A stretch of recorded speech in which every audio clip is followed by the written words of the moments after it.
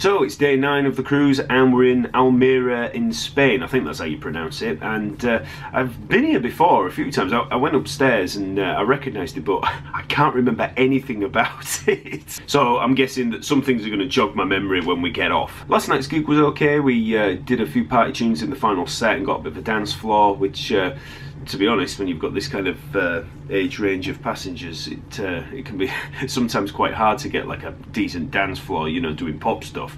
Ballroom stuff, usually that's okay, but when you start doing more modern stuff or even just disco era things, it's you know, sometimes it's like flogging a dead horse. We also had a bit of an incident in one of the bars, and it's quite interesting to talk about it because it's one of the cons of actually being on a ship, as well, with this kind of supernumerary status that we've got.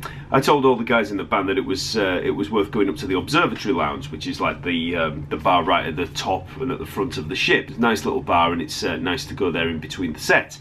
We were sat at the back, you know, out of the way, not really imposing on anything, and we were waiting for one of the stewardesses to come around, and 5 minutes turned into 10 minutes, turned into 20 minutes, turned into half an hour, and you know, she was going around, you know, serving the passengers, but then there came a point at which she was just cleaning up, you know, like taking glasses away, and then came back, you know, rubbed down some stuff, took a few more glasses, not really doing anything, not serving anybody, and we sort of called over, and it's not like we were clicking our fingers or anything like that, and she just shouted out across the room, "Passengers first."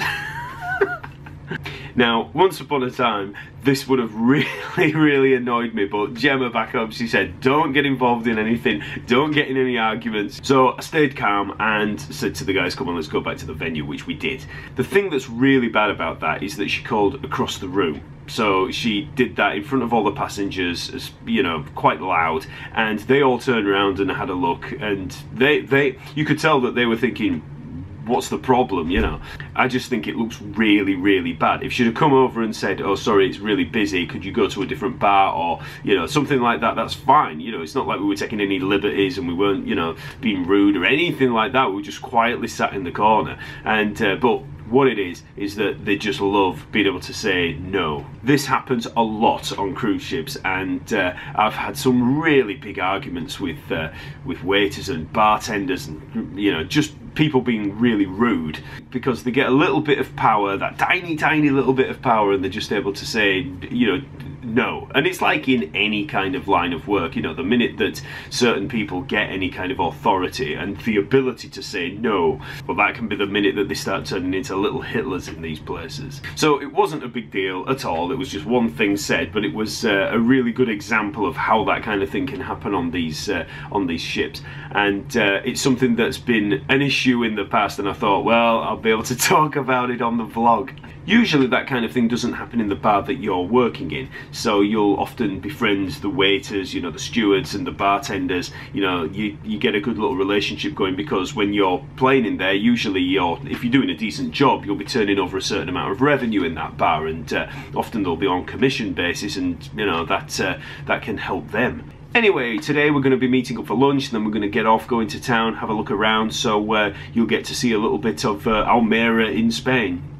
So we're off the ship, and I do remember this. I remember all this park area behind me. This all runs parallel to the big main road. It's over there. So I do remember it, but I don't remember actually doing anything here. So we're just going to have a wander around and find a cafe maybe, and I might go up to that castle.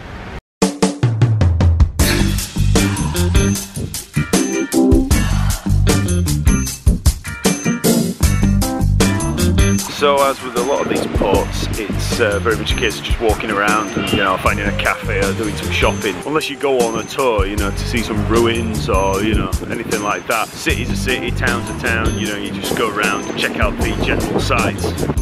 Now then, didn't expect this.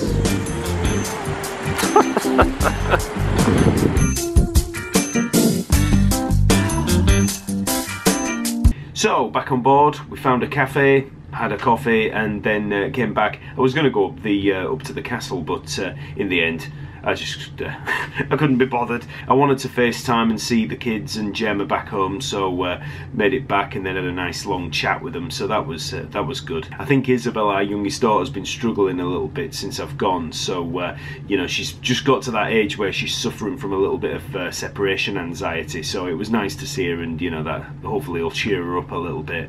I'm really annoyed with myself because before I came away, I reinstalled all the operating system on my laptop, and there's loads of stuff I've been trying to do and I just can't do it because I didn't put all the software back on there that I normally use. Software like Finale that I use for writing out music, the whole Adobe suite, I normally use that, and I don't have all of that. I've got Premiere, which I'm using to edit these videos. I use Audition for sound editing. I don't even have a PDF reader. I don't have Acrobat or Foxit or any of those kind of things, and I don't even have anything for playing some of the video files. Like normally I'd use VLC for playing a lot of different video files, and I don't even have that. So I paid £40 for the ship Wi-Fi just for 5 days, and I'm patiently sat here waiting while it installs some of the, well, downloads some of the programs, but it's so slow.